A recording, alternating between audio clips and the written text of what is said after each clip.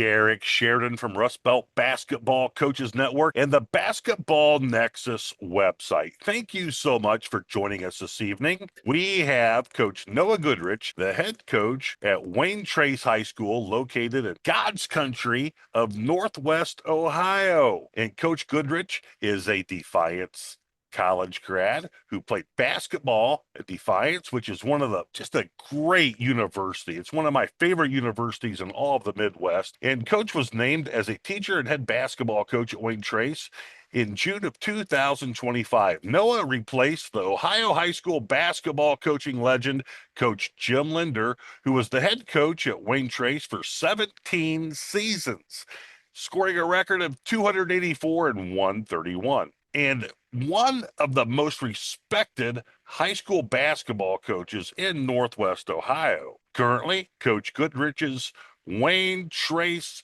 boys are 14-8 and 5-2 record in the vaunted Green Meadows Athletic Conference. So, Coach Goodrich, thank you so much for joining us this evening, but also getting ready for that vaunted sectional tournament. So I can't thank you enough for joining us. No, for sure. Thanks for having me. This is going to be good because Wayne Trace is a staple, not only of winning, but also of good basketball. And I know that is I don't want to say controversial topic because that means you could be in one city versus another town or village, whatever. But Wayne Trace has always played good basketball. And I can tell you firsthand from watching Coach Linder's team beat my old Delta Panthers with my brother, Matt Brighton, who is the head basketball coach and my old varsity assistant in the sectional tournament a few years ago. Wayne Trace, over the years, has been a hotbed for good basketball. So, Coach, tell us about your journey into becoming the head basketball coach at Wayne Trace. Well, no, like you said, it is an honor to have followed Jim and have followed Al before him. Mecca maybe is a strong word, but there definitely is a tradition that has been built up over here, and lucky to be in this position that I'm in, and blessed to be in this position. But myself, like you said, I started playing at Defiance College. Would have been in 2015 or 2016 after I graduated from Genoa High School in 2015. Who did you Uh, play for at Defiance? Scott Cutter was his name. Scott Cutter, good man. Yep. Oh, Uh, great dude, awesome guy. so when you were at Defiance, were you one of the boys who was an on-the-court demonstrator for one of our coaching clinics when I was at Maumee? I believe I would have been. Yes, I believe so, because that would have been about that time period. I think Okay, so what year did you graduate? would have been 2019 was my last year at Defiance. Yes, sir. Okay. Hmm. Yeah, Scott Cutter's a good man. Oh yeah, awesome guy. It was definitely very fun playing for him. Enjoyed it. But after that, I graduated in 2019. Went on to be the JV coach for 5 years at Fairview, and that was under Bodie Kaufman. And Good learned a coach. lot. Oh, great coach! Good I coach. learned a whole heck of a lot from him.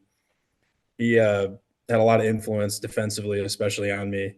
I came out of college thinking I was a hot shot, knew all this stuff. I was so smart, but Bodie very quickly made it be known that I definitely did not, and had a lot to learn. So I really appreciate the time and effort he put into me, and gave me the ability to kind of learn on the fly and everything. The amount of responsibility he gave me as well. Yes, Bodie's defense, when he pinned the ball handler to the sidelines, that Yep. was a tough, we were blocker mover, Hmm. and we had to make a lot of adjustments to how Bodie pinned teams to the sidelines. And I don't want to preempt this because we will talk about your defense later, so I'll ask those questions at a later time. But is that something that was relatively new to you? Yes and no. We had done a little bit of that when I was at Defiance for a year. We had a 1 year when I was there. We were a little more athletic than I believe it was my junior year, a little more athletic, and tried to do that and do some different things defensively.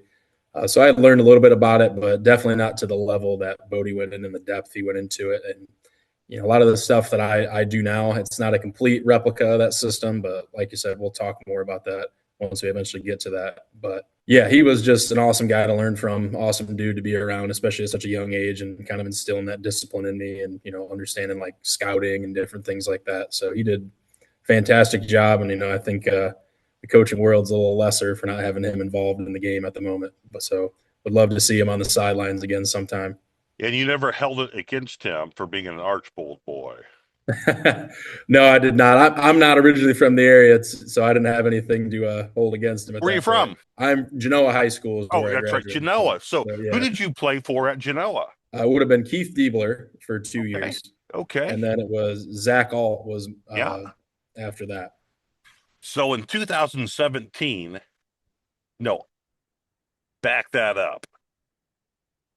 2015, and you graduate. Never mind. We played when I was the head coach at Maumee. We played Genoa in the opening round of the sectionals.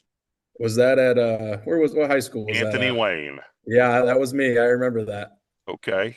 I remember that. Yeah, So, that was a hand-to-hand combat down to the last seconds. yes, it Yeah. was.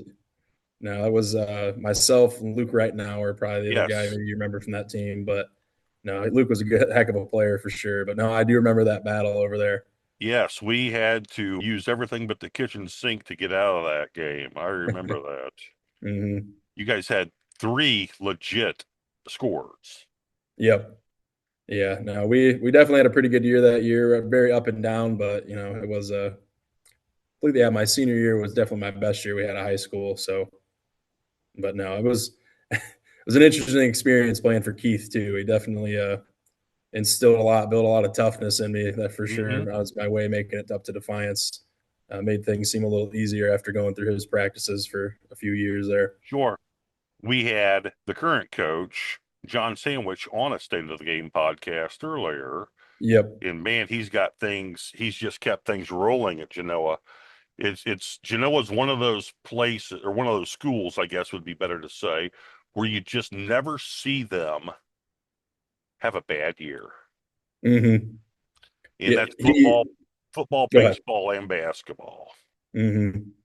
No, definitely. I know during my time there, we were definitely more of a football powerhouse, but no, he has got things going in a fantastic direction. We actually went up there and played them earlier in the year and took them down to the wire. So that Yeah, was overtime game. yeah, that was a tough one for us to drop, but I respect to him and respect to them. I mean, they went out and made the plays in overtime and got it done at the end, but it was a heck of a battle. It was probably one of our better games of the year. So props to them and props to him for how well things have gone this year.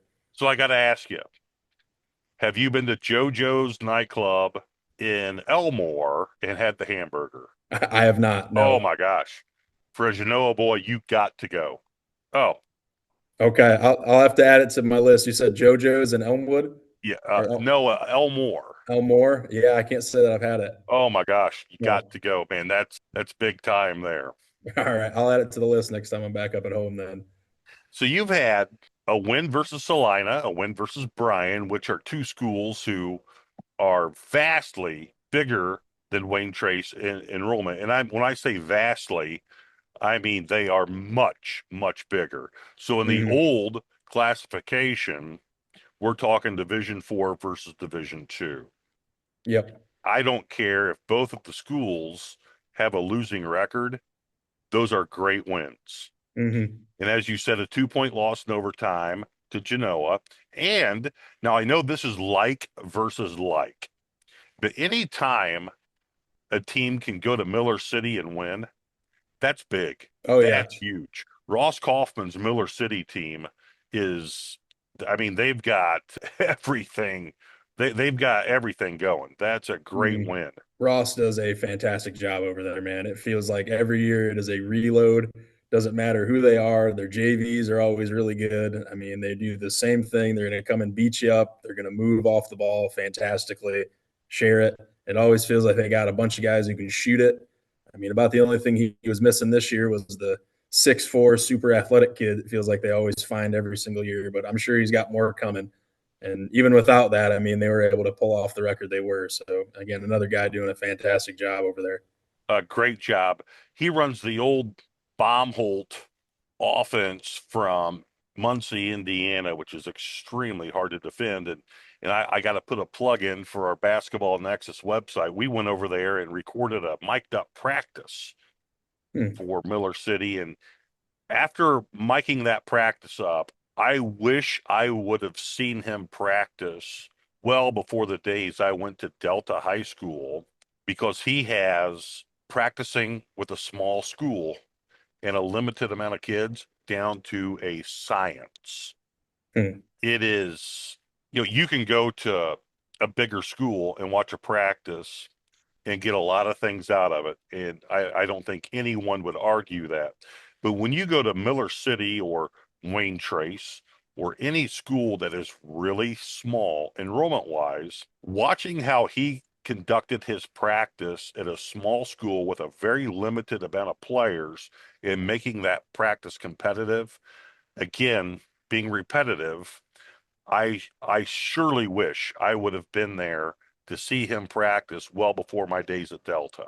He's got it down to a science. Yeah, no, it definitely does take kind of an art to be able to make it competitive. It's something that I've been trying to learn and feel like I've been getting better at as the season has gone on. But yeah, I mean, you only got so many guys that you can trust to play against your varsity guys, your starters, and things like that. So no, it's definitely an art. But I'll have to check that out and Yeah, see I what would he's highly got going over recommend it. there. My first head coaching job, we had less than 100 kids, 9 through 12.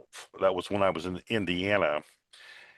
And then going to Delta was the second smallest school I was ever the head coach at. And people would ask me, well, how do you practice efficiently? Alumni. Yep. Alumni.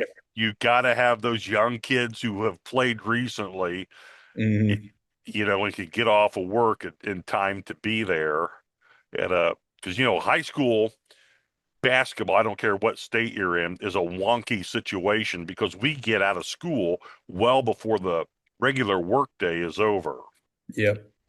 And so getting people who could get there and play, but Ross didn't have any alumni there.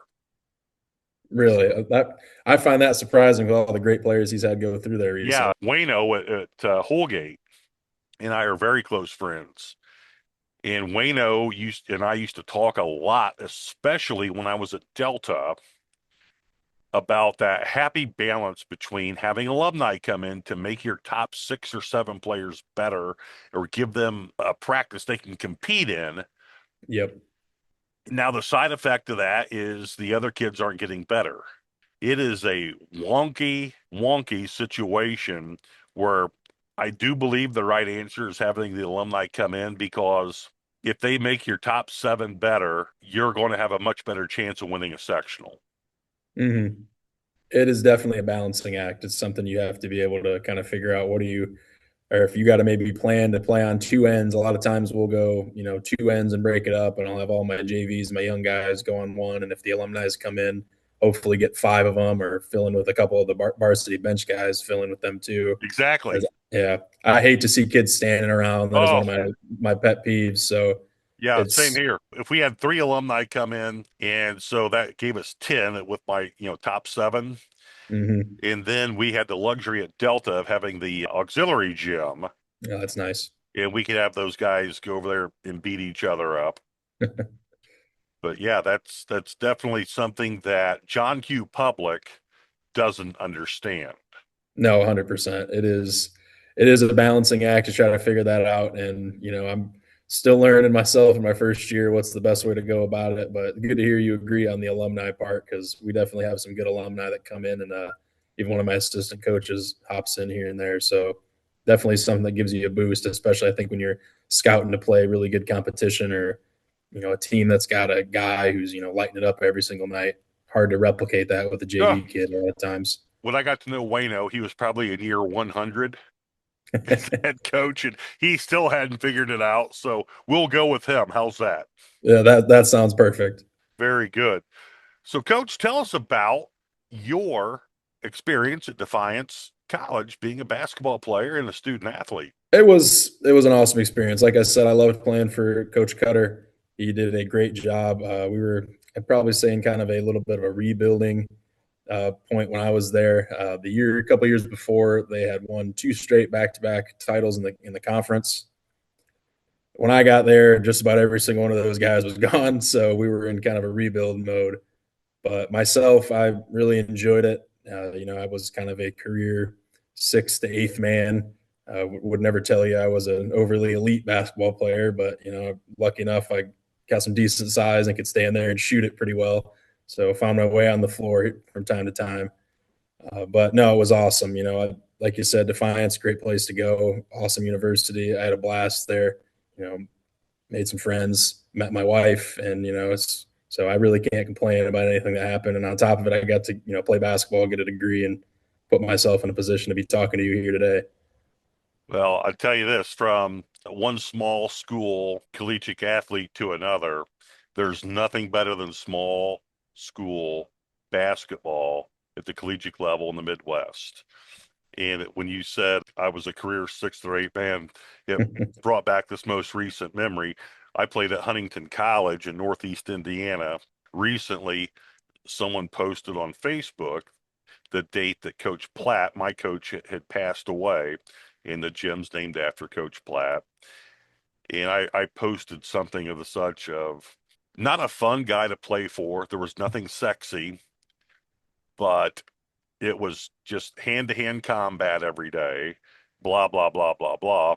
And the amount of posts or messages I got said, I didn't know you played for Coach Platt. That's all you need to know. That's all you Hey, need to know. it is the experience. It's the journey of going through it. You're a Yep. better man for it for sure. I was lucky when I was there. We had some high profile players. One of them even got a tryout with the Chicago Bulls. So if there was a depth chart of people who should get the ball, I was not in the top 100, and we didn't have 100 players. So that's interesting, Coach. So tell us about your schedule at Wayne Trace. It is definitely one as of this year. It is, I would say, pretty top loaded at the start with our non-conference, and especially this year with us playing Paulding early in the GMC schedule, we had a gauntlet very early on. Not to say that things got significantly easier towards the end, but we definitely started it out. And as a guy who was in his first year, definitely makes you question some things as you go through the rough start of pretty much playing 500 basketball consistently. We were win loss pretty consistently up until a little after Christmas. But we went on a little run there in the middle and got some things rolling towards the end, kind of in a decent spot now. But yeah, we have a lot of rivalry games at the start as well. So I mean, Lincoln View, Van Wert, Crestview, they're all games that a lot of our guys are all getting up for and are very excited and can be very emotional. So again, as a new guy, it was definitely a learning experience going through that and trying to work our way around, playing this really good competition. And, we played a lot of the teams tight at the start. But no, it definitely kind of towards the middle, we got on a good run there. So things were rolling pretty well for us, I thought, towards the end of the season here. And in the GMC, which is just a knuckle dragger of a conference. Yeah. Tell us about your conference schedule. Yeah, so this year, Paulding won it. They were 7-0 in the league. I mean, they got a really, really good team over there right now, man. They are extremely athletic. They Got a got great player. Oh yeah, I mean Blake Roanhouse he's a dude in the area right now. I mean he not just for himself but for the guys around him. I mean he just makes the other guys go, and they got a lot of talent, a lot of athleticism. I mean I could go on about every single one of their guys. Tyson Mans, I think he's going to be probably the best player one of the best players in the GMC in the next couple of years, if not next year already. And I mean, other man's brothers next to him, I mean, just athleticism out the wazoo, man. So it is definitely a very tough team to play against. We took them pretty close, 70-75 over here at our place. So, a couple of shots here and there. But no, I mean, like you said, it is a knuckle dragger. I mean, Ayersville this year, they got a couple studs over there right now, and Logan does a fantastic job with that group. They took us down to the wire as well and pulling that one out by 3. I mean, Hicksville's down at the moment, but they've been, I mean, in the past 5 years, they've had some fantastic teams, some fantastic athletes. So I wouldn't be shocked moving forward if things reload there. Tinora, Chris Lymanstall, awesome job with them and their system that they run offensively. I mean, if you want to learn how to control pace and be able to get great shots for your team, I mean, he's the guy to talk to. They do a fantastic job with that circle offense they run. And I mean, we're game planning for it right now, and it's definitely something that they lull you to sleep and they'll get easy ones. And I went and watched them play a really good Lake team about a week ago now, and gave Lake all they could handle, and it was they pulled it out by 1. So the way they play and the style it is, and they got another really good player over there in Josh Lieb. So could be a tough one there. I never expect things to go our way always. Got to prepare and respect the opponent. So, I mean, even though our game definitely this year kind of leaned towards us the first time around, the second time you never know. But I mean, Antwerp. And if you want to see a great middle school basketball program, I'll tell you go watch the 7th and 8th grade from Antwerp this year. So they're going to reload, and Doug does an awesome job over there too. And then, I mean, Edgerton, I actually coached with Dwayne Miller for quite a while over at Fairview, and he does an awesome job with those guys. They made a pretty deep run in the tournament last year. He's definitely in a rebuilding mode, but I think he's going to keep that program on the right track. And then Fairview, my old school, definitely got us this year. Took us at home, got us by 2. Jake Panico, another guy doing a really good job over there. They got a pretty good group, especially their junior class this year. They got a couple strong seniors, but they're very junior heavy, so I would expect some pretty good basketball out of them moving forward as well. Very athletic. Very athletic, yes. It's definitely always kind of the Fairview way is a lot of athletes. They'll beat you up. They're going to be physical, and that's how they got us over here. They out physicaled us. They out toughed us, and that's kind of what gave them the win there. Long, lanky, and strong seem to be a great trifecta. Yep, and they got it right now. They always do. Mm-hmm. Yeah, it is. Always a reloading of athletes. Maybe Yep. not going to be the most overly skilled and the best shooters or things like that, but you are going to get kids they'll run through the wall for you, and they're going to play hard, and they're going to guard. And it Yes. was, And that was the thing with Bodie's teams was you could pack it in, but they were just going to impress yep. you, and score off of their defense and Mm-hmm. not make the game the kind of game where you could bring the ball down and run your stuff. Yep. No, we were definitely a muck it up type team at Yeah, it that time. was, That's the best way we had to do it with the athletes we had. yeah, and which was good coaching. Because if he would have tried to make those kids run a lot of things, it wouldn't have been so good. But what they No, did run was good. yep. No, for sure. But that 1-2-2 press, and Uh, they were running kids in and out, and it's not a foul if the officials don't call it. no, yeah, there was definitely some certain officials that we'd love to see walk in the gym the way we played. Absolutely. I am curious about this because Maumee plays Salina Wednesday in a sectional game. Tell me about Salina. From what I remember, they are very big and they're pretty young still for the most part. If I remember correctly, so this was so early in the season, trying to think back on this. I know they were big. I know they were strong. And our biggest worry was trying to actually just finish and rebound the basketball. And I do remember they had one really good guard. Pretty sure he was almost like a longer blonde hair kid, but he could shoot it. He could get to the rim going both ways, and he gave us all we could handle in that game. And things were neck and neck for the most part, and we went on kind of a barrage of threes late in the third quarter, early fourth quarter, and pulled away there, and then ended up holding on to the lead. But yeah, it was a back and forth, and it was a brawl for the most part. I mean, the officials were letting it play. But yeah, inside they got some young kids that are big and strong, and they're a team that I think next year will have probably cause some trouble in the WBL. Was that game at Wayne Trace or at Salina? It was at Salina, Oh, you which got to play. Oh, great place to play. yes, arguably one of the best places to play in Yes. Northwest Ohio. That gym's awesome. Strange scenario because when you walk in there, you're not sure if you're playing hockey or basketball. It is awesome, man. I Oh, wish more yeah. gyms still looked like that. It is. I know that they're building that new school right now. I'm not sure when the last couple games are going to get played there. I'm hoping that we can hope get one more in there before they open up the new gym, but I'm not sure when that's going down. Yeah, great place to play. I played college basketball with a Salina boy, Lance Stockler. When we were at Huntington, he would take me back to Salina with him on weekends to watch them play when we were off. Mm-hmm. And what a great atmosphere. I mean, you talk about a community and your community. My gosh, what a following you have. Oh, it is.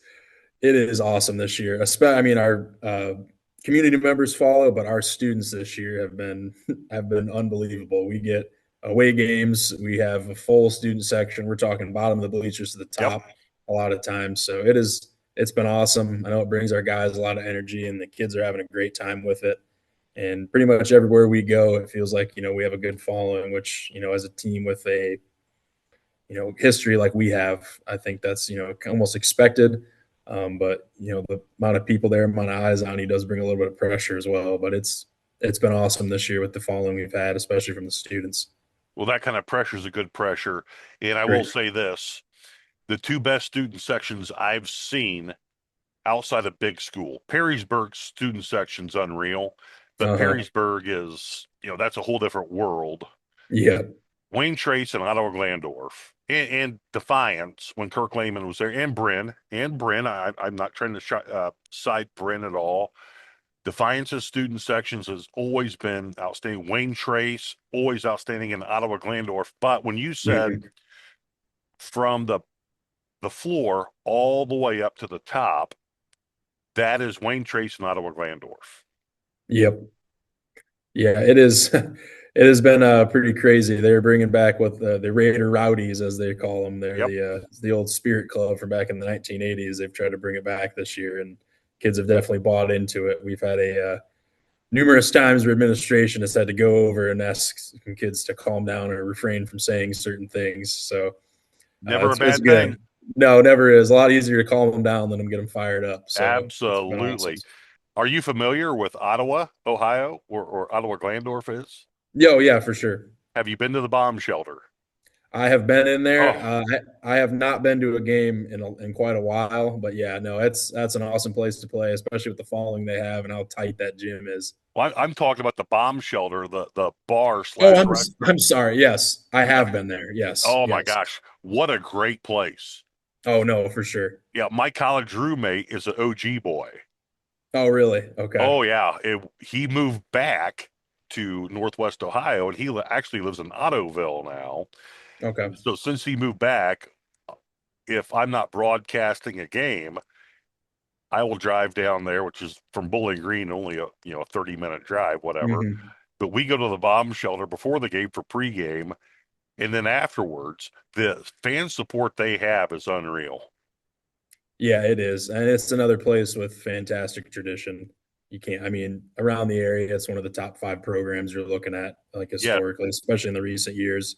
Did you get a pizza at the bomb shelter? I have gotten a couple before, Oh, yeah.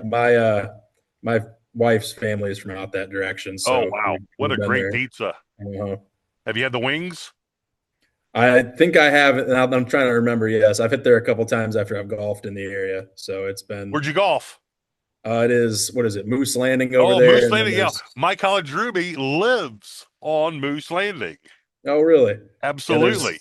there's Moose Landing, and then what the heck's the other one? There's the other one that's right Yes, yes, off of 15 right there. yes, I'm yes, blanking on yes. the name, but They just built a new clubhouse, yeah, it and is. they have the new golf simulator in there. I can't think of the name of my. I've played Uh-huh. at both courses.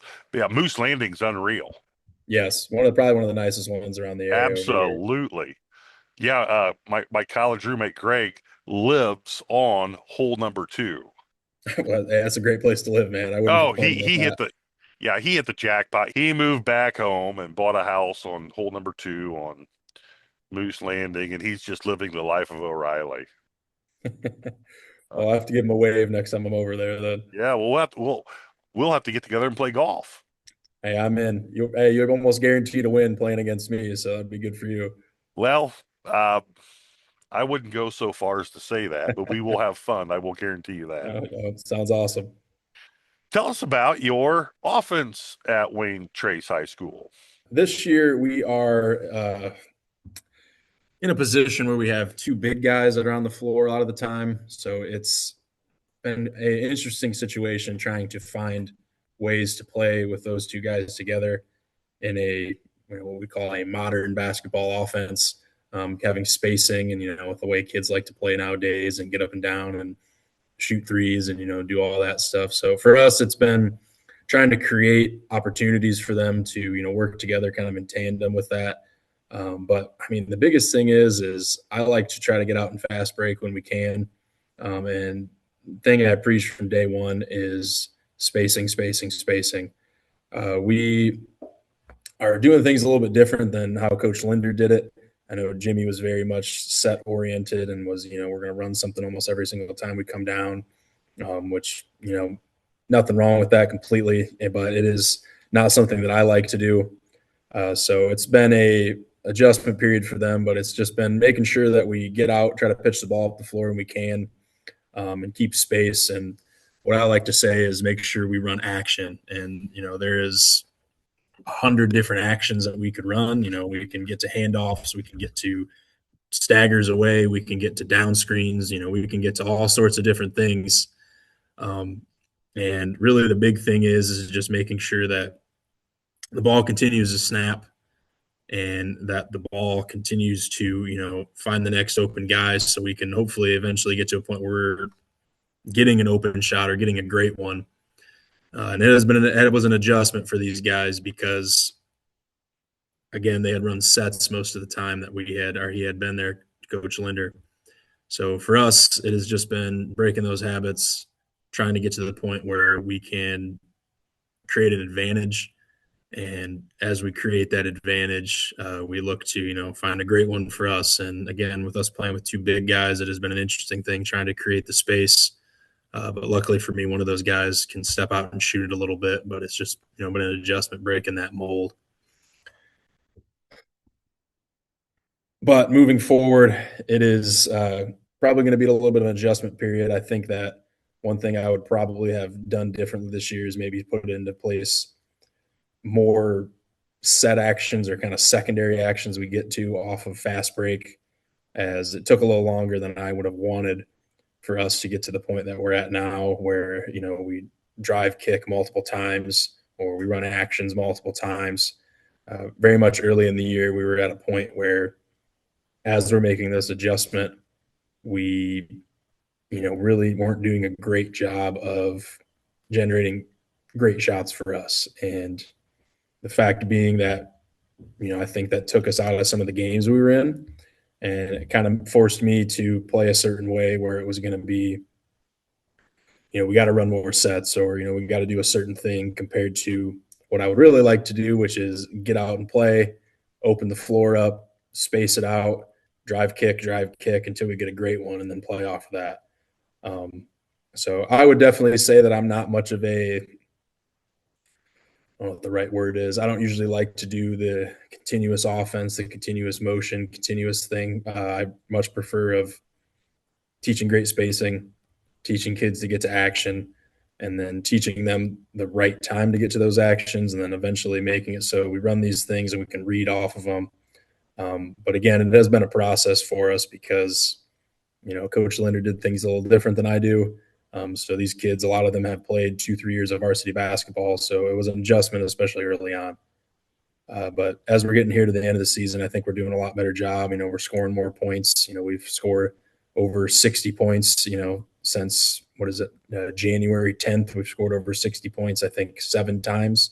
And we've been over 68 points 4 times. So, we're starting to score a little bit better and starting to figure it out. And it's just one of those things, as you go, it gets easier for kids because, they only know what they know and what they're taught. So I can only, as long as I got my hands on them is all I can teach them. So it's been an adjustment, but like I said, I think we're getting a lot better at it as we go down the stretch here. Great answer. Anytime you take over for a legend, it ain't easy. I had to do it twice in my career, and it ain't easy. No, it definitely is not. It's one of those things, like I kind of mentioned too, is us being in that sort of gauntlet at the beginning of the season. It was, myself questioning what I'm doing. And also, I can definitely feel a little bit from the guys, the players that, are we doing things the right way? We were so successful doing them this way for so long. Is this really the right way to go? So just trying to, continue to get that buy-in and continue to, let kids know that, this is something that can work for us. And, I believe personally this is the most beneficial way for us to play. But it's just going to take some time for us to learn it and for us to understand what we're supposed to do and how we're supposed to play and, where guys are going to get the shots they want and how we're going to get those shots. So it's a work in progress still for us. It's going to be, even different next year because we're going to go from being very, very experienced at the guard position to being completely inexperienced at the guard position. So it's an adjustment. And like I said, I think that's going to lead to us having to do a little bit more of scripting things a little bit more instead of just being kind of free flow and freelance as we bring it down in transition. Understood. I tell young coaches this a lot. My first quote unquote big job after we had some success over in Indiana, a very small, much smaller than Wayne Trace. One of my mentors, Jim Irwin, who was the head coach at Eastbrook over by Marion, Indiana. And he used to tell me all the time, and this is way before texting, he would call me and say, hey, the right way's your way. As long as you can evaluate it, measure it, the right way's your way. Mm-hmm. You're the head coach. Brad Morrison and Danny's Cafe, located in beautiful Rossford, Ohio.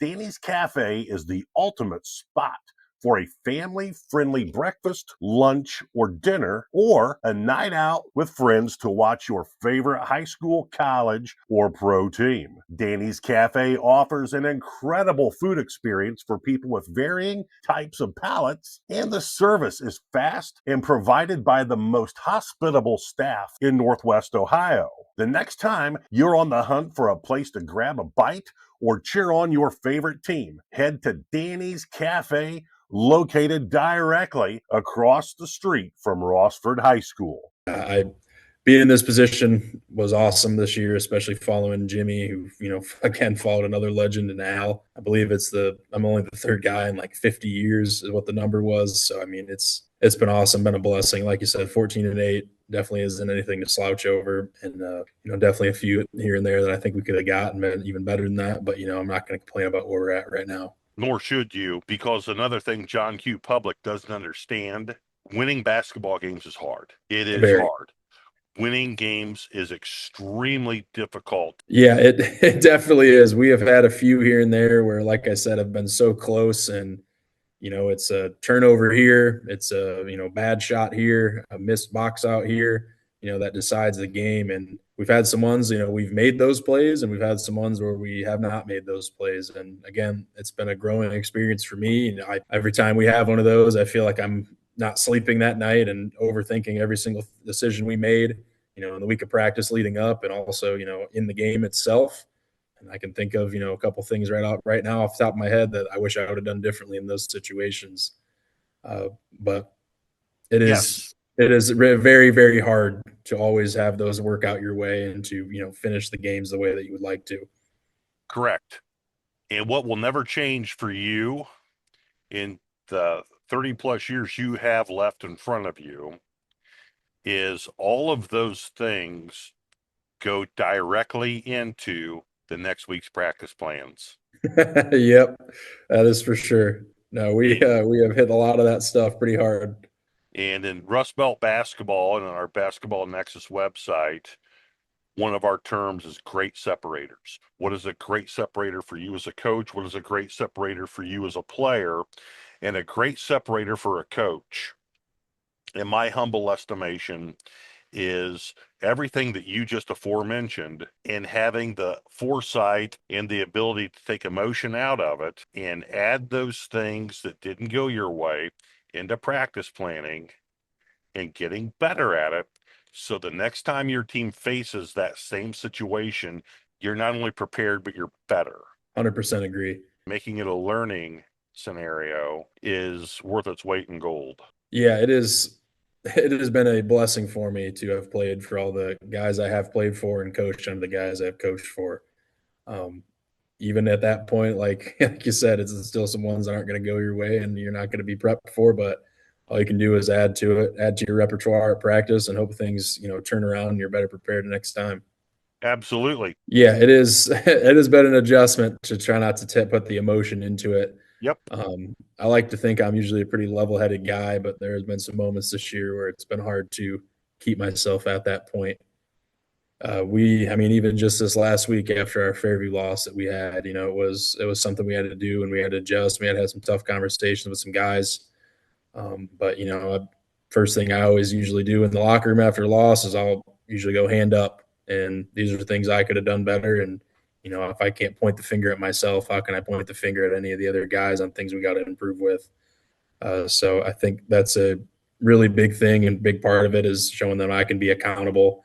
And you know, we're not all going to be able to be perfect all the time. Mistakes are going to happen, but it's okay to make them. It's just not okay to continue to make the same ones and not learn from those things and grow from them. Yes. And that is amplified now under the era of social media. Correct. One of the beautiful things you have at Wayne Trace is your kids come home from practice and they sit around the dinner table, and after they pray, mom or dad will say, "What did you learn today at practice?"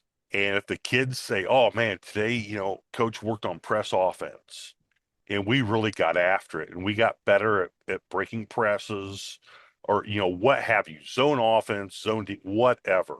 That's what parents want to hear. Yeah, it has been a blessing to have that type of community out here. I will tell you that right now. Just the fact that you said that, you know, there's so much familial support for all of my guys is a great thing. I mean, having a lot of these families too are, you know, constants in the program. I mean, we have many whose fathers played here, whose grandfathers played here as well, you know, back before the school even got consolidated.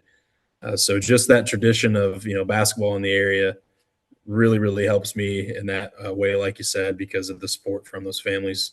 You know, on the back end, you know, we're hearing a lot of the things, you know, that we're talking about, you know, are being repeated by them at home. So that level of support has been great to have.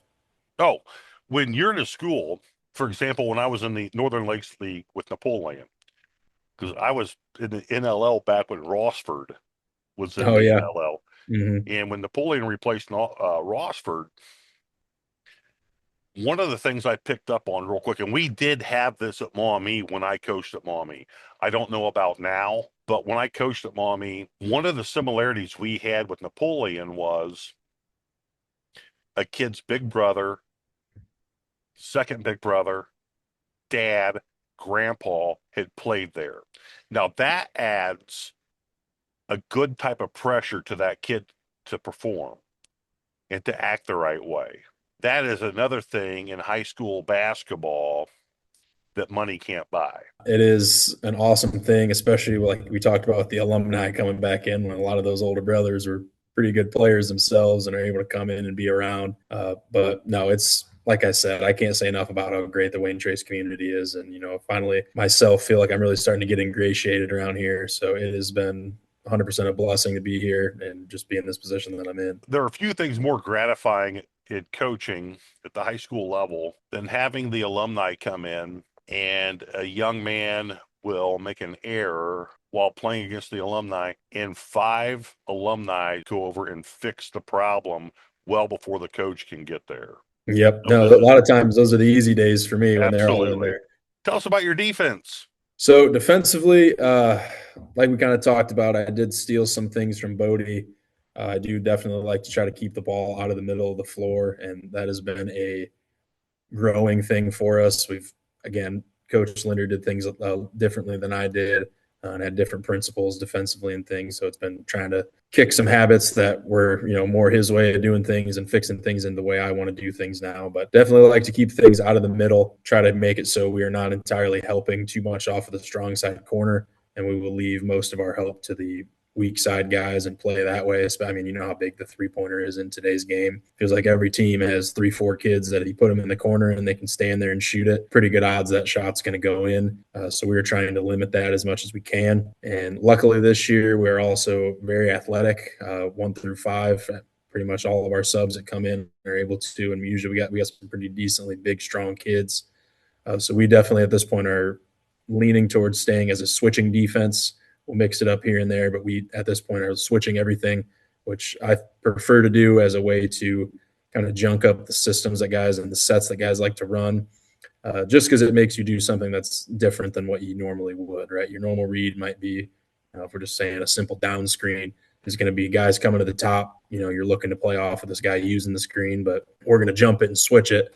So it's up to your slipper to make the right play and decide when to go and should I slip now? Which spot of the floor do I slip to? And it just puts you in a different mindset offensively playing against that type of thing because your usual option isn't going to be open, and it kind of just reverses what you're expecting.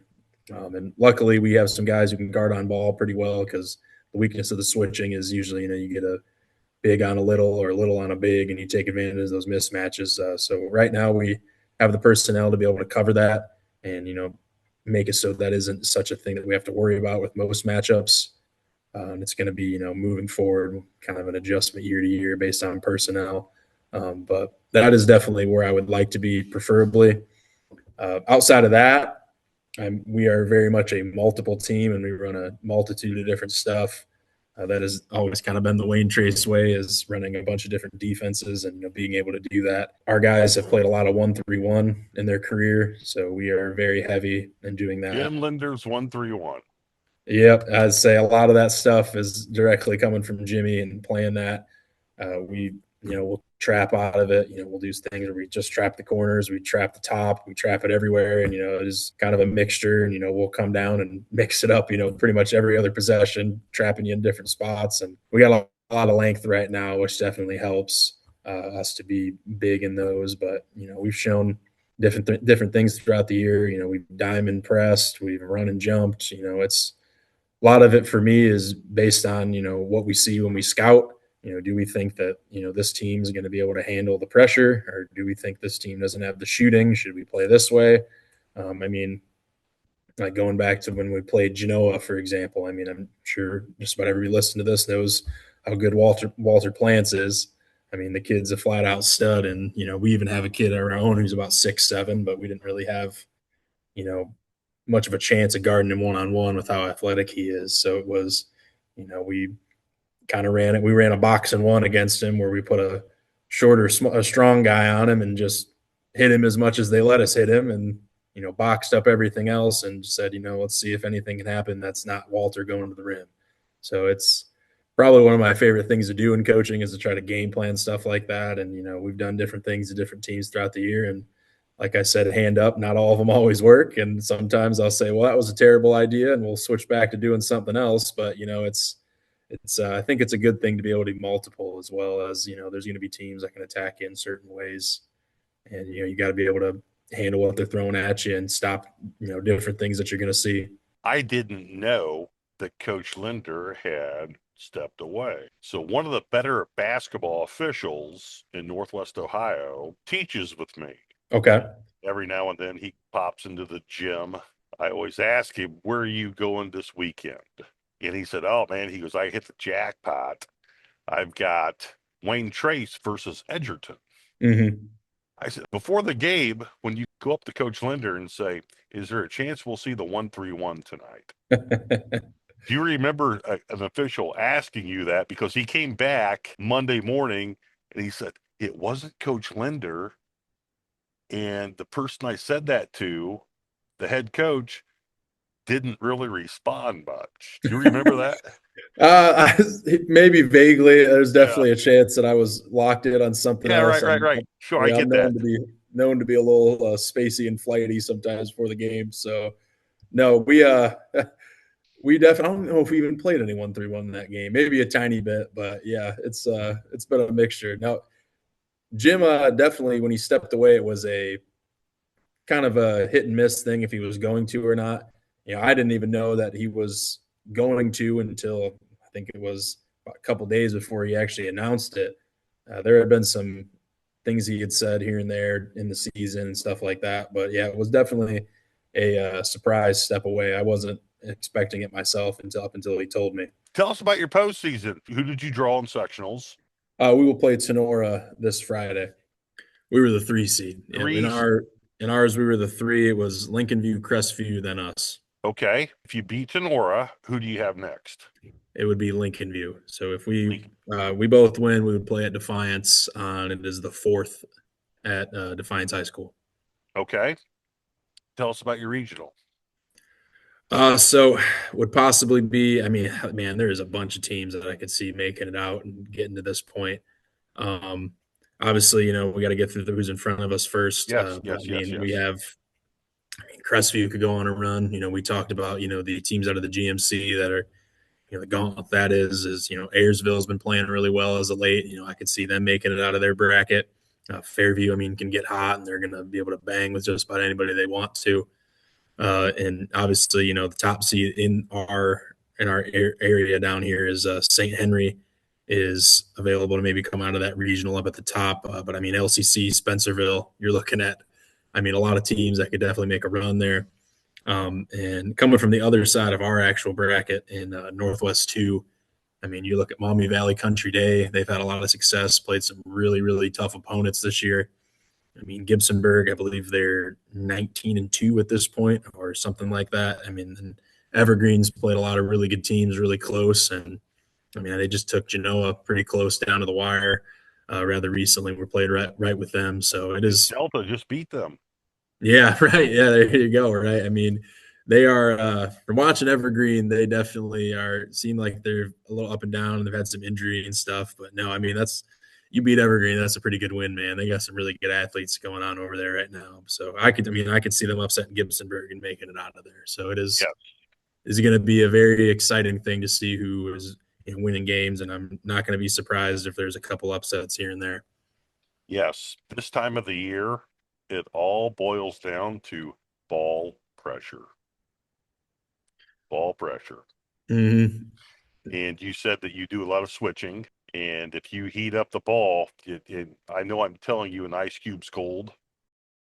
For an athlete, few things are worse than having to compete on a slick surface. Well, my friends Tom Rose and Matt Olin have solved this conundrum by creating Grip Spritz. Grip Spritz offers a wide array of shoe-to-court traction products that are not only highly effective, but also affordable, easy to use, and easy to transport. It's no wonder Grip Spritz has become the official traction solution for the Ohio High School Basketball Coaches Association and the National High School Basketball Coaches Association. Take it from me, if the OHSBCA and the NHSBCA are making Grip Spritz their official court cleaning product, Grip Spritz simply has to be the best on the market. Entire career,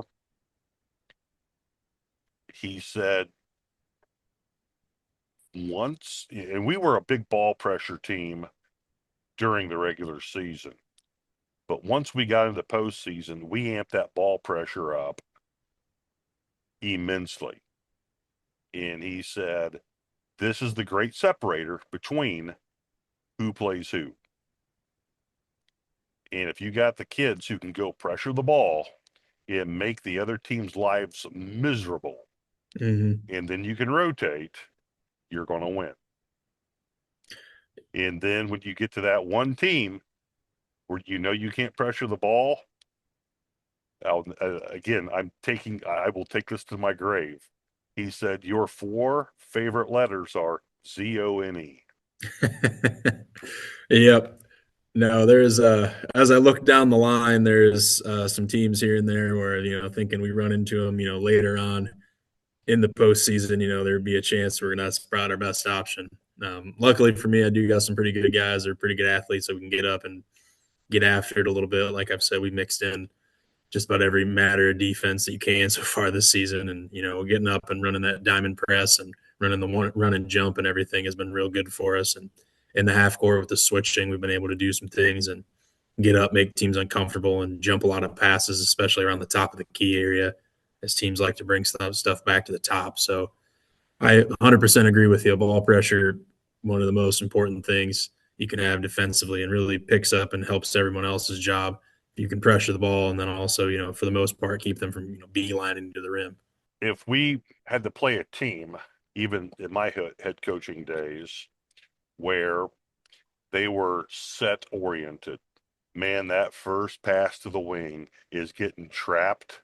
Yep. And I mean, we're going to trap them like we are trying to start a fire between the two trappers' legs and the ball handler's legs.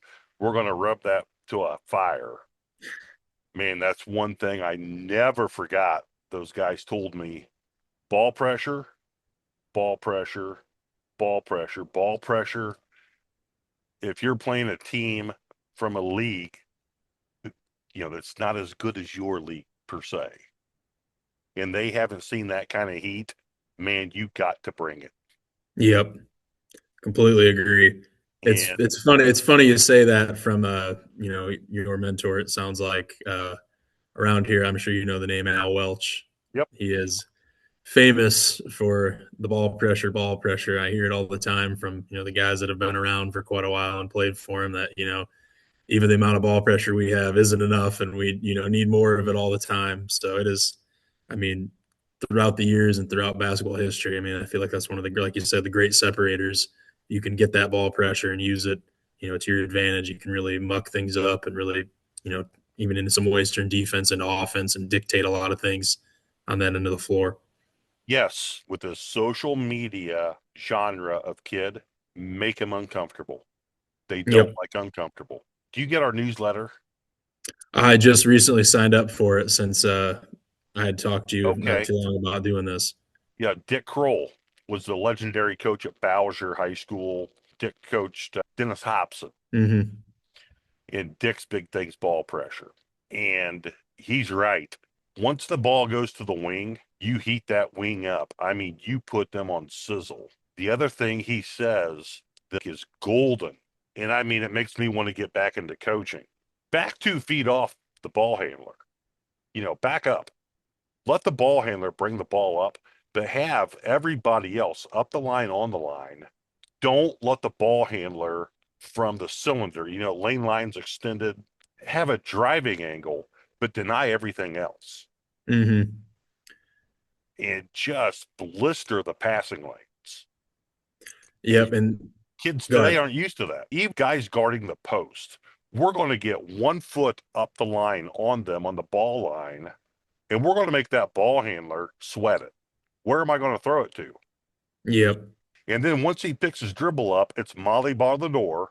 We are coming at you. There's a hell heck of a lot of smart guys out there that will say some things and have some ideas that Because, ball pressure, an abstract term. Ball pressure could be, because, Coach Knight said sometimes not to guard is to guard. So why wouldn't we back off the point guard, but then not let him have an avenue to pass the thing anywhere? Mm-hmm. Yeah. No, it's an interesting way of going about it. Like you said, there's more than one way to generate pressure. That doesn't necessarily have to mean you have to be up in their shorts playing defense like that. So no, it's an interesting idea. I mean, like talking like we have about Bodie's system that he ran. A lot of the time we were denying wing entry, and then at that point trying to keep it on one side and almost forcing that ball handler to dribble down into the short corner. And it wasn't necessarily a super aggressive ball pressure, but it was just we're going to sit on this shoulder, and if you want to go anywhere, you're going to go down here where we want you to go, and Yeah, we're not going to let you throw it anywhere else. right. Well, Bodie's defense was all predicated on once the ball went to the wing, Yep. then it was on. I mean, you're going to have one way to go, and that's down. Mm-hmm. And everybody who's ever coached basketball knows if you're going to dribble the thing down towards the baseline, you best have a very reliable reverse Mm-hmm. or a really good same side outlet. And Yep. Bodie's teams were really good about taking all of those away. We're on the same page, other than the fact that Coach Kroll is like, just back off the point guard and don't let him be able to throw it anywhere. Mm-hmm. And back up off the point guard enough that he can't drive the thing anywhere. Yeah. So basically, just containing him, almost forcing him to. Does he Yeah, want to shoot that but shot? he's Yeah. got nowhere to throw the ball. That seems like a really simple way to ensure that you can get out and just jam the passing lanes, Mm-hmm. but also not give up dribble penetration. Yeah, because I mean, you're taking it into account then that you don't have to worry about playing any help side positioning or anything like that if you're having backing up that far. Yep. Hmm. And You said that was all in your newsletter, the yeah, system. I'll have to take a deep dive into that then for sure. that was maybe 3 or 4 years ago. All of our newsletters have the archives. Gotcha. So if you click on the archives link, you can get back to all of them. But No, that sounds interesting. Definitely is something to think about. I'm saying, fortunately, I haven't run into anything that extreme yet with pressure, but I'm glad you brought that up because that is definitely something we'll have to think about down the road here. Yeah, I mean, you're forcing it basically to be a one-on-one type game, and Absolutely. if you don't think that kid can go out there and beat you by himself, really, what do you have to lose at that Well, point? Boeheim said it the best. If they've got a great player and he dribbles the ball up the court and shoots it, and he's a 40% three-point shooter, we're going to win by 40 Mm-hmm. because we're going to get the long rebound and our conversion offense will slaughter them. Yep. No, I'm definitely very intrigued by this. I'm gonna say this will probably be a reading thing that I'll be doing here soon, going back and finding that because that is very interesting to me. Yeah, it really makes you think what the heck you're supposed to do there. Because I mean, to Yep. my knowledge comes, it's like we try to high low, or do we try to do something else if we can? But it sounds like what you're saying is it's so clogged that there's no way you can even get that entry. No, So yeah, like you said, that is definitely throwing you for a loop then on what to do with that. That would again, be interesting to game plan for. again, I'm telling you right now, if I went back into coaching, we would line up in a 1-2-2 zone every time. And that's how we'd treat the point guard. And then once the ball crossed the top volleyball line, it would just be up the line, on the line. Don't leave a scalp behind. Take every scalp. Hmm. No, that is I'm glad I've not run into that. I'll say that right now because that is it almost seems impossible to game plan for at this point unless you're just willing to let a guy shoot 35 times and live with the results.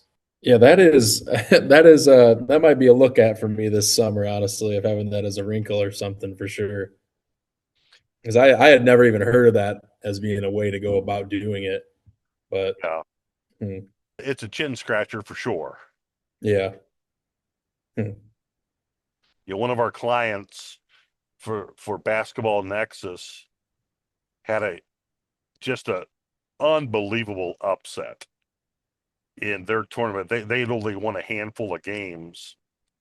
And so we're watching these videos and watching his team, and it's like they cannot zone them because the other team will shoot the nylon off the nets, Yeah. and we can't go get them. We can't three-quarter press. We can't soft press them. Not we, but our client. They can't soft press them. They can't do anything to extend up the court. Hmm. I emailed the coach, and on a Zoom marker board, I said, "Here's what I would do if." And he said, "Well, hell, I'm paying you. You tell me." Here's what I would do. I would, everything we've talked about. I would get up the line on the wings, and I would back off the point guard, and I would force that coach to make decisions. Yeah. And they had already won 20 games as a high school program, so he hasn't had to make many decisions. And Hmm. by God, they upset him. Hmm. Well, yeah, there it is working in motion right there. Like you said, I mean, you got to make guys make decisions. I mean, a lot of the reason that we do what we do and play all the different defenses is, I make the guy against your coach, and if they have something for it, power to them. But I got to try to make the guy make decisions and change what they're doing, and make the kids that actually have to, adjust to that on the fly, possibly. So Yeah, no, I really like kind of what this sounds like. This might be another wrinkle that we possibly throw in here in the future over here with our multiple defensive scheme that we got going on. today's players, unless they're going against an aggressive zone or an aggressive full court man to man, their point guard is used to walking the ball up the court versus a pack line defense because that's what college coaches are playing now, the pack line. And they can zip the ball to the wing and start running their stuff. When that point guard cannot zip the ball to the wing, and all of a sudden now the dribble entry doesn't work. And now all of a sudden, when these things that work versus a packed in nutshell man to man defense don't work, the players start to have serious doubts. Mm-hmm. And when you can put it, I know I'm telling you an ice cube's cold. When you can put the other team into submission to where they're doubting what they do, that's worth 10 points at a minimum. Yeah, no, creating indecision is a big deal. I think if you can make guys question what they're doing and have them thinking instead of reacting.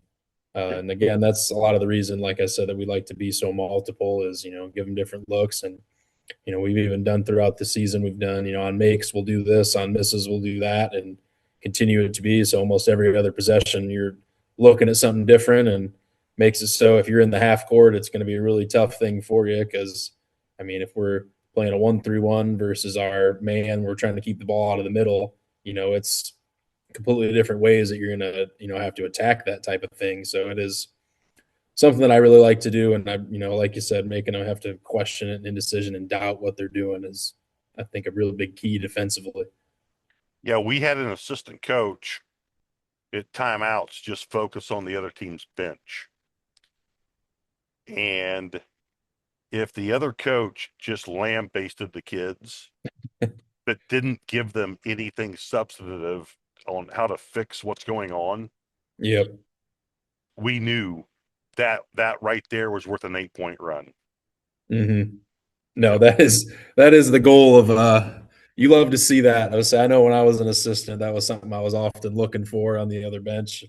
If you're looking for an easy and affordable way to purchase all of your sporting good needs, look no further than Game One, located in Swanton, Ohio. I've worked with LJ Archambault for 20 years, and I have never worked with a more honest, punctual, and detail-oriented sporting goods salesman. I coached for nearly 3 decades and in 2 different states, and have never worked with a better organization than Game One, and more importantly, a better person than LJ Archambault. It's always game on at Game One. They're mad dog mean. I don't know. You're young enough. Have you ever seen the movie The Outlaw Josie Wales with Clint Eastwood? I have not. You got to see it. It's probably free on every streaming service, but our mantra throughout my career was mad dog mean.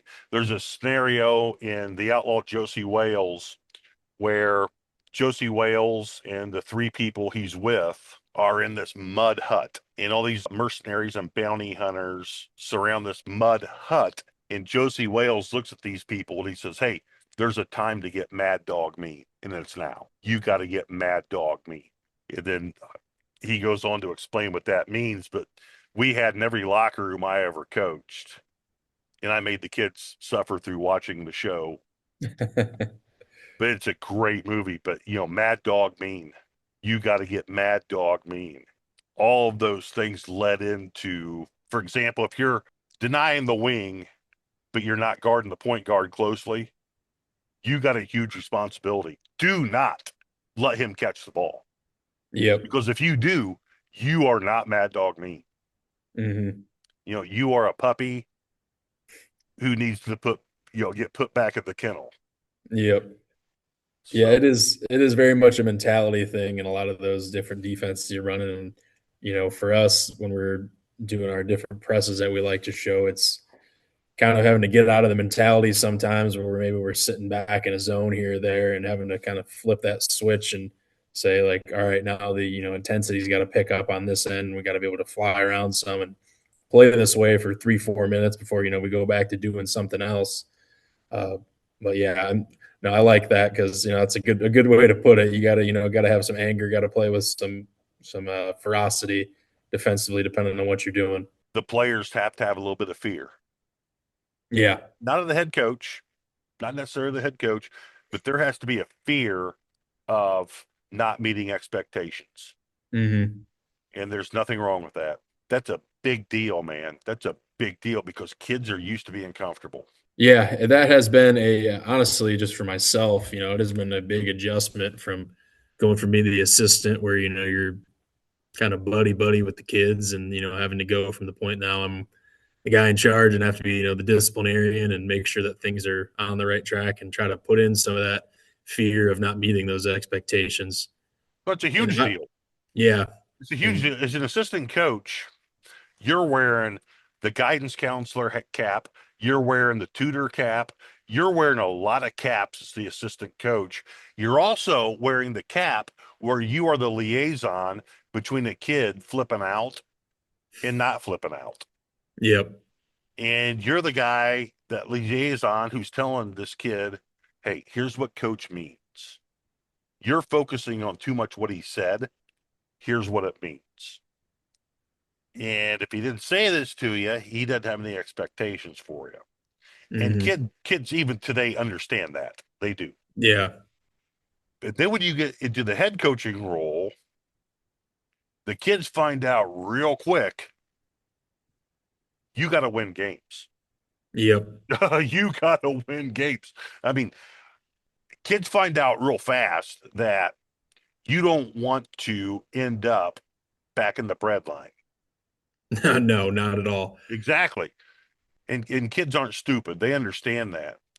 So having great assistant coaches who have that ability, as you just said you did, to mediate all of those different circumstances is a luxury, because assistant coaches who don't get that, they're making your life miserable as a head coach. No, I'm very lucky to be in the spot that I have with the guys that are working with me this year. I've done an awesome job, and it's been interesting for myself. First time having assistants. What do you do? What do you assign them to do? And what are their responsibilities? Because I know myself, I'm very, very hands-on and like to have my fingers in every single thing in the program, whether that's the youth program or moving all the way up to the junior high and then into our high school. It's hard for me to kind of give up some of that control. But the guys that are working for me this year have done a great job of being that kind of liaison, like you said, and handling some of those situations. I can even think to last week after we had our tough loss to Fairview that we did. There was some things that were kind of springing up from a few guys here and there, and I know they took care of them, so I took it off my plate, made it so I didn't have to deal with any of that situation. Yep, that's the biggest question I get at Basketball Nexus is exactly what you said. I got my first head coaching job. How do I delegate? How do I do these things? And that's a great question, because your first head coaching job is a chore. I mean, it's a chore. But Coach, I can sit here and talk to you about these things all night, and I don't want to kill your evening. I appreciate you so much for joining us. I will get with you in the spring, Okay. and I got, maybe some things I'll talk to you about with Wayne Trace and Rust Belt basketball, and I'll get with you in the spring with that. I wish you nothing but the best. Godspeed as you go into your tournament. I wish you nothing but the best. Well, thank you for having me, and it was awesome talking to you. And if you ever want to do this again, I'm more than willing and looking forward to hearing from you in the future. I will definitely take you up on that. And if there's anything we can ever do not hesitate to ask, and we will do whatever we can for you. Once I get this edited and cleaned up, I'll get a copy to you, and you can send it to whoever you like. Awesome. No, it was definitely fun. I'm saying, like you said, I could sit here and talk about basketball for the entire night if that was something you wanted to do. But yeah, for well, sure. that's not a good thing to say to me. That could be a death wish. Are you married? I'm gonna be here soon. Okay, well, I want you to reach to that. I'm going to be there soon, because if you hang out with me much longer, it won't happen. So, Gotcha. God bless, Coach, and let me know if there's anything we can ever do for you. Gotcha. Will do. Thanks for having me, Derek. Thank you. Talk to you soon. Yep. Sounds good. Bye. What a great podcast from Coach Goodrich, the head boys basketball coach at Wayne Trace High School, located in beautiful Northwest Ohio. So let's get to the shirt of the week. And this one really, really, really made my day, made my wife's day. So if any of you saw the video of Stephanie and I going back to my old gym at Eastern Greentown High School to watch a game and check in on my parents, we received an Eastern Greentown t-shirt. And the thing I love about this t-shirt more than anything is in the insignia, it reads Brotherhood. That is correct. It is a brotherhood. It's a small school. It is not a metropolitan school. It is a brotherhood of a lot of years, going way back to when my mom's dad, the great coach Richard Price, coached at Eastern Greentown. I was not able to play for Coach Price. He had retired before I was in high school. Well, he retired before I was a freshman. So this really made us feel good. Thank you, Brad Lindsay and Shane Kretz, who was his varsity assistant, and my brother-in-law, so I guess I have an in there. Thank you so much for sending Stephanie and I an Eastern Greentown basketball brotherhood, sending us shirts, I should say. But man, did it make our day. This t-shirt of the week stuff has really blossomed, and I love getting these t-shirts from schools all across America. Thank you so much. We will let you know when our next State of the Game podcast will be coming up. Until then, God bless, and I hope those of you who are prepping for your sectional tournament or finishing out your season have the best end of your season as possible, and you have a great, most effective preparation time as you enter your postseason tournament.